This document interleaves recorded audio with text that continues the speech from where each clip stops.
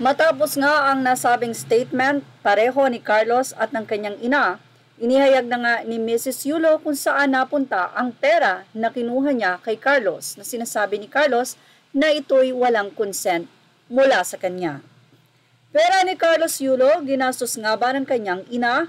Ang buong eksplanasyon kung saan napunta ang pera ni Carlos Yulo at ang mga withdrawals. Ang pahayag ng ina ni Carlos: "Here are the proof that I didn't steal, wasted this money to live a lavish life. It's just that I am deeply hurt for all the hurtful words that Carlos said." Carlos, nakuha mo ang pera mo ng buong buo, 11 million yon sa bank na sa'yo lang nakapangalan. Kung ako, after sa pera mo, sana noon pa lang sinabi ko na sa'yo na mag-joint account tayo, but I never did that. This passbook of yours, this was your passbook when you were in elementary.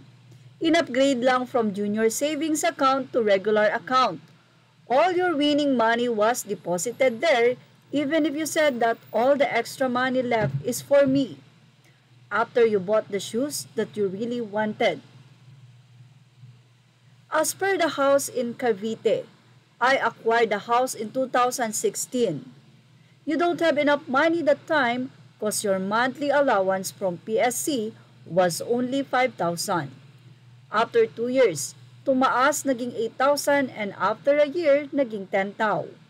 Assume balance yung inavail namin. So I shelled out a big amount of money from my savings and from Paluwagan. We were not the first owner. We, your parents, bought that for all of us. You knew how resourceful I am in life, plus the fact that your father didn't stop from working so hard to provide for us, and your grandfather, Hil Yulo, supported us for the longest time. 2019 ka lang nagkaroon ng malaking pera because of that World Championship and SEA Games 2019. And all that money went straight to your bank. I vividly remember you asked me once how much your money was, and I told you it's 5 million already. You were shocked kasi ang sabi mo akala ko ang pera ko nasa 1 to 2 million lang. We renovated the house and paid it all in full. In 2021, 2022, using some of your money kasi gusto ko once you visited the house, makapagpahinga ka ng maayos, and alam ko hindi ka sanay sa mainit or hindi ka pwede sa mainit na panahon kasi may asthma ka. That's why I bought an aircon for you.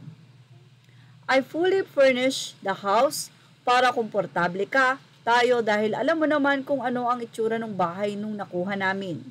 As per sa land bank, ATM mo, sabi mo madaming withdrawals, it's because dyan ko kinuha ang pinang full payment ng bahay at pinang pagawa. Alam mo na ginagawa ang bahay dahil your dad sent you videos of it every now and then. Remember, when you ask money from me kasi wala lang allowance sa Japan, I immediately sent you your 1-month allowance from pieces 10,000, and when I shelled out 300,000 pesos from my own pocket because you will move out from Coach Munes' apartment and live near the gym school. You said bayaran ko yan and I can withdraw it from your land bank account. The money that was deposited to the GAP, your shares that was also deposited to GAP and Coach Munes' share is from your land bank account. 2. When you said that you'll buy your dad a Honda motorbike, I paid it in cash, and when I bought my brother a motorbike too from my savings, you asked me sino nagbayad. I replied me. Sabi mo, bayaran ko yan mama. I got you an insurance from BDO Life and that's already fully paid before it's due. I also got you a Sun Life for your future. Bayad ko na siya ng 4 years bago tayo nagkaroon ng misunderstanding. I also wanted to get you a health card para just in case na magkasakit ka. Wala ka ng problema kaso bago pa yan, we had a misunderstanding. The motor shop that we put up in Cavite, tinamaan lang ng road widening kaya nagsara. The accessories are still intact. You can get it if you want. Ni wala ngang sinahod ang tito mo sa shop for a year.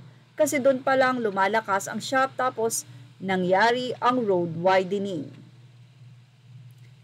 Your father want to sell the house para maisoli sa'yo yung perang sinasabi mong ninakaw ko.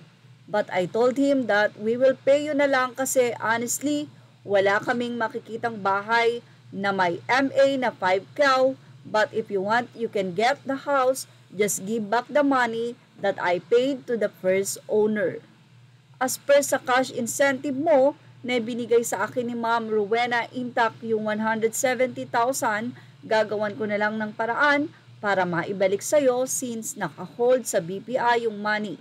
Since I want the money for the credit card. May mga ginawa ka sa mga kapatid mo na binaliwala ko lang, na nahimik lang ako. I remember excited si Eldrew to be with you in the training camp, but you chose the girl to stay over rather than your own brother and your teammate, Miguel. And I also remember Miguel's mom telling me that they are still outside around 1 a.m. in the morning, no idea where to go and sleep. Alam mong hindi ka namin nakakausap. Sabi mo, tinanggap mo sila. Do you think Miguel's mom and I will allow you to sleep in the same room with that girl? Room that the JOC paid for and PSC reimbursed at the end of the year. Nung pinatapon ka ng JOC dito sa Pinas kasi hindi ka makapag-training ng maayos and hindi ka na sumusunod kay Coach Mone. Yung coach na sumalo sa'yo nung wala ka. Yung coach na binigay niya ang buhay niya para sa'yo. Yung coach na naubos ang savings kasi wala kayong budget from GAP. Yung coach na nag-introduce sa'yo sa JOC para makuhaan ka ng scholarship para hindi nyo na maranasan ang walang-wala dyan. As a mother, you can't blame me for worrying about you, about your future. Kasi ito yung pangarap mo noon pa na sinusuportahan namin ng buong buo. Kung paano ang lifestyle namin nung di ka pa nagkakapera hanggang sa magkapera ka. Ganoon pa din kami. Wala akong ninakaw sa'yo, Carlos. Sobrang sakit na mga binitawan mong salita sa akin. Sana in time, mawala yung sakit na nararamdaman ko. Walang ina na hindi nagmahal sa anak, pero nasasaktan din ang ina. Hashtag Carlos Yulo. Source, FB Bailon ngayon. Photo IG, CXZ, CXS, FB Philippine Star. So yan po ang pagbabahagi ng buong storya. At yan din siguro yung sinasabi ng isang coach na si, nakalimutan natin yung pangalan. Pero ibinahagi niya na pinagsabihan nga daw ni Carlos Yulo nang hindi maganda ang kanyang ina. Well, sana nga'y maghilom na ang lahat at napakasarap ng iyong success ay ibahagi mo sa iyong pamilya. Thank you for watching. Images are all credit to the rightful owners.